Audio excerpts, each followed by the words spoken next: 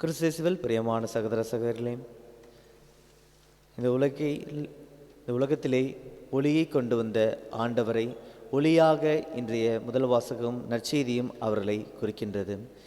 ஆக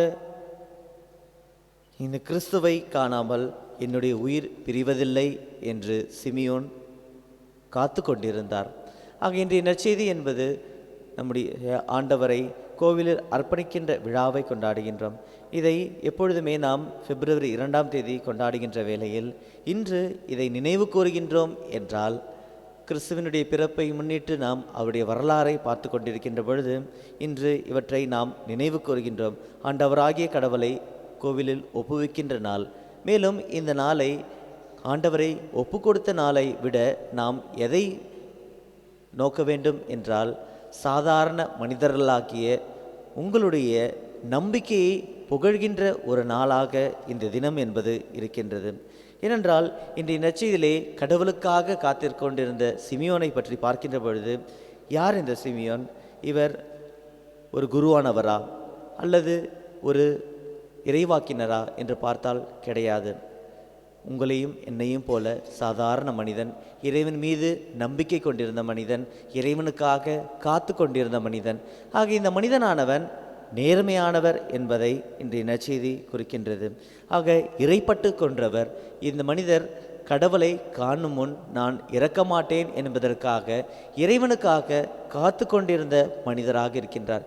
அவ்வாறு இருக்கின்ற பொழுது இந்த மனிதர் யாரை நம்பி இருக்கின்றார்? இறைவனை நம்பி இருக்கின்றார். தூய ஆவியால் முற்றிலும் ஆட்கொள்ளப்பட்ட ஒரு மனிதனாக இருக்கின்றார்.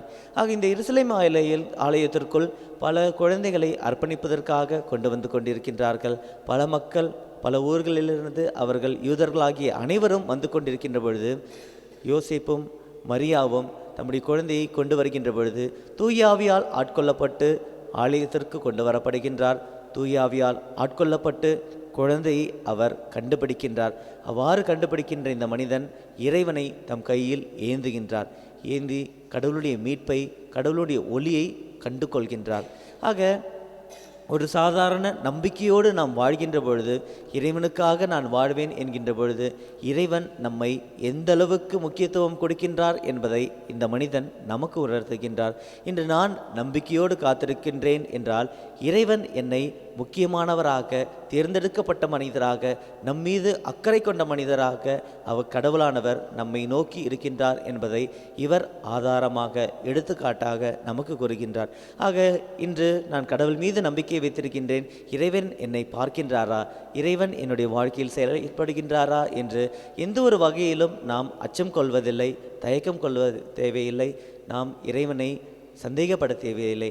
ஏனென்றால் கடவுள் மீது நம்பிக்கை கொண்டிருக்கின்ற சாதாரண மனிதராகிய நம்மை இறைவன் கண்ணோக்குகின்றார். அவ்வாறு இருக்கின்ற பொழுது தம்முடைய ஆவியால் முற்றிலும் நம்மை ஆட்கொண்டு நம்முடைய வாழ்க்கையில் தேவையான பொறுமையை கொடுக்கின்றார், எதிர்பார்ப்பை கொடுக்கின்றார். நாம் எதற்காக வாழ வேண்டும், நம்முடைய நோக்கம் என்ன என்பதை நமக்கு அறிவிப்பதற்காக இறைவன் இருக்கின்றார். ஆனால் இந்த மனிதரை போல நான் கடவுளை கொண்டு கொள்வதற்காக காத்திருக்கின்றேனா? வயது ஆனாலும் நம்முடைய வாழ்க்கையில் எந்த ஒரு செயல்பாடை இறைவனிடத்தில் நான் பெற்றுக்கொள்ளாமல் இருப்பினும் இறைவன் மீது நம்பிக்கை கொண்ட மனிதனாக நான் வாழ்கின்றேனா? அவ்வாறு இருக்கின்ற பொழுது கடவுள் தரும் மீட்பை நம்முடைய கண்கள் கண்டு கொள்ள முடியும் என்பதை இவர் உணர்த்துகின்றார். ஆகவே இறைவன் மீது நாம் பற்று கொண்டவர்களாக, நம்பிக்கை கொண்டவர்களாக நாம் வாழ்கின்ற பொழுது நாம் நிச்சயம் இறைவனுடைய ஒளியை கண்டு கொள்ள முடியும் என்ற புரிதலோடு இன்றைய திருப்பலியிலே நாமும் இறைவனை கண்டு கொள்வதற்காக இறைவனிடம் மன்றாடுவோம்.